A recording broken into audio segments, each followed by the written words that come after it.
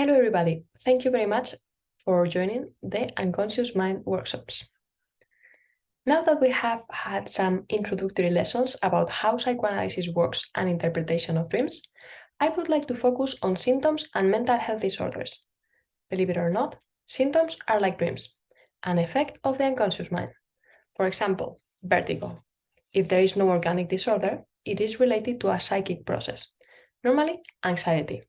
We don't have to live with symptoms. There is treatment. It is also important that we understand disorder. Disorder is something which was not there before. Let's try to understand what is a symptom. Symptoms are like dreams, wish fulfillment. However, dreams are not pathological. When we wake up, they disappear. We forget about them more than we would like to. However, symptoms are there, impacting our lives without our conscious mind being able to control them. They affect the relationship I have with reality. They impact my life. This is the problem. They impact my life and drive me away from reality. Exactly the same that when I am having therapy, I can tell the psychoanalyst a dream and he will interpret it. I can tell him about my symptoms. It is like a dream. Then I will have to associate freely so that the psychoanalyst can interpret it. It's the way to tell what happens to me. That symptom says something about me. Interpretation will allow transformation. Not only one interpretation, but the addition of all the interpretations in the therapy. It is a construction, a story of wishes. That symptom is part of the life of that person who has not been capable to express it in a different way. Interpretation, as well as healing, implies some work, and you won't believe it, but symptoms also imply some work. In psychoanalysis, we use the last effect, the symptom that the patient tells us, to interpret what happens in his life, which triggers that symptom. Symptoms are not random. They are related to the life of the patient. Telling the person where their symptoms are coming from won't heal. What heals is the transference with the psychoanalyst. Unconscious wishes come normally from our childhood. They are a source of energy, and if they are not repressed, they can be transformed in energy to create love, to love. Not only love to our partner, also social love, to create something different. A different way to find fulfillment. In the human being, there is way more than pleasure and displeasure. We are more complex than that. There are so many therapies available. It is like a supermarket, and there is a clear tendency to eliminate the symptom, which obviously is understandable because it's very unpleasant for the patient. However, it seems like in that case, the therapist could be confusing the symptom with what the patient says. And now that we have seen the previous lessons, we know that it's very different, the manifest speech, what the patient says, from the latent content. That would be what is behind the symptom, what is behind what he is saying about the symptom. However, for the patient, that symptom is a crutch. Suffering from symptoms has taken the patient to consultation. We need to realize that if that person has produced symptoms, he's using repression to solve certain tendencies. There is something pathological. If we remove the symptom, we are removing the reason that person has to go to a psychoanalyst.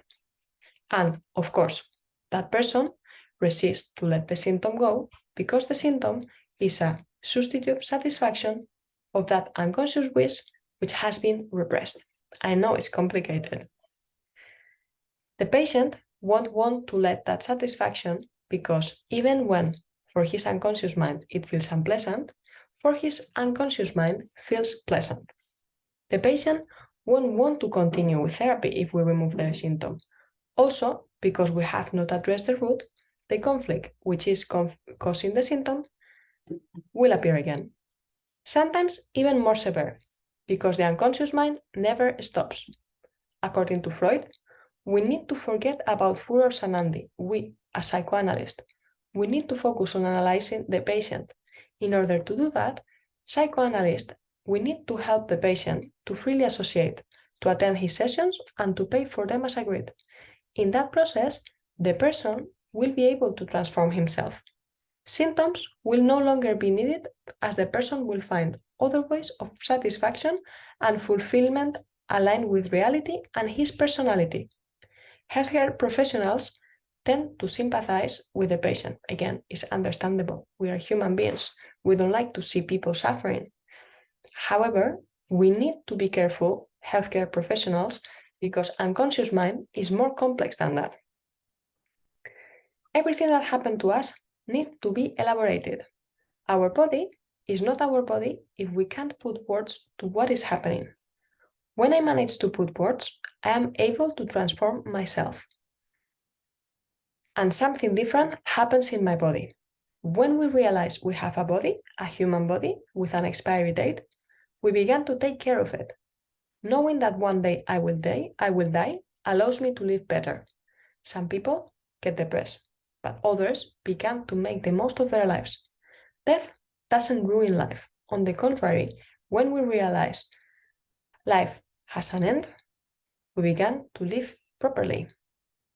Sometimes symptoms are showing difficulty in elaborating mortality. We tend to go back to a situation in the past, when in reality, life is about the future. That is health. Only next step matters. We are now going to start talking about specific symptoms and mental health disorders. Anxiety. What a topic. Unfortunately, too common. We all have had an anxiety attack or have a colleague who is stressed all the time, no matter if it is Monday morning or Friday evening. It is shocking, but we need to understand that anxiety is not a disease. Anxiety is necessary. However, it should not be painful nor cause any symptoms nor sufferings in the body. Anxiety warns us we are in danger. Let's say there is a fire and we need to run. But people who are stressed all the time is not real. We are not in danger all the time. That is a pathology. For these people who are stressed all the time, it is very difficult to manage uncertainty. They have a very negative, pessimistic view of life. Why? Because for them, it's easier to imagine that the worst thing will happen than waiting to see what happens. For them, it's better the certainty of the worst case scenario than waiting. Anxiety shows that for many things, we still behave like children. We can't take difficulties. We can experience anxiety with a typical anxiety attack. Our heart is racing, we can't breathe, our hands are trembling and sweat, we feel we are going to die or that we are going crazy, but we can also experience an equivalent of the anxiety attack. We don't feel any anxiety, but we have, for example, a bulimia attack or vertigo or asthma. Of course, if there is no organic cause of all of these symptoms. As you can see, there are many ways in which anxiety impacts our body. And as we will see in coming videos, anxiety in the long run is at the root of not only other more severe mental health disorders, but also organic ones. If we want to be healthy, we need to elaborate all the stimulus physically and psychically. If we don't elaborate them psychically, that will create a symptom in the body. For example, anxiety. Psychoanalysis is a therapy which helps you elaborate whatever is making you sick, so you don't need to sicken your body. It helps you process it in a different way, putting words to whatever is making you sick. When we are suffering that panic attack, even if we try to rationalize it, it doesn't help. I'm a big fan of yoga, meditation, breath holds, grounding, strength training. They really can help you managing the symptoms, as it helps you focus on something else. However, if you want to get to the root of the problem, to treat it, you need to treat it with psychoanalysis. Why? Because the minute anxiety reaches your conscious mind, is a disguised appearance of feelings, affects, and emotions about which you don't want to know about, but you suffer from it. In order to progress in life, to start a hobby, to be able to change jobs, move countries, start a relationship, or even write a poem, we need to be able to tolerate anxiety. If we want to progress in life, we need to be able to be out of our comfort zone. Therapy helps in your psychic reality. There is where this discomfort is appearing. Fear to disappoint, fearing things will go wrong, comparing myself to others all the time, suffering and anxiety are resistance to change. Psychoanalysis gives you the tools to transform those weaknesses in strengths so that you can progress in life.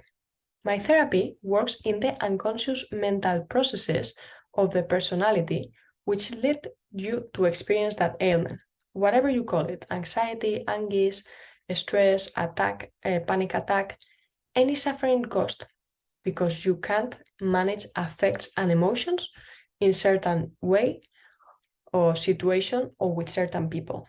So I can help you with that. In our next session, we will see how anxiety can lead to other more severe mental health disorders like hypochondria and hysteria. I hope you are finding it useful. Any questions, please just ask. There is an open community for that. Thank you very much. See you next time.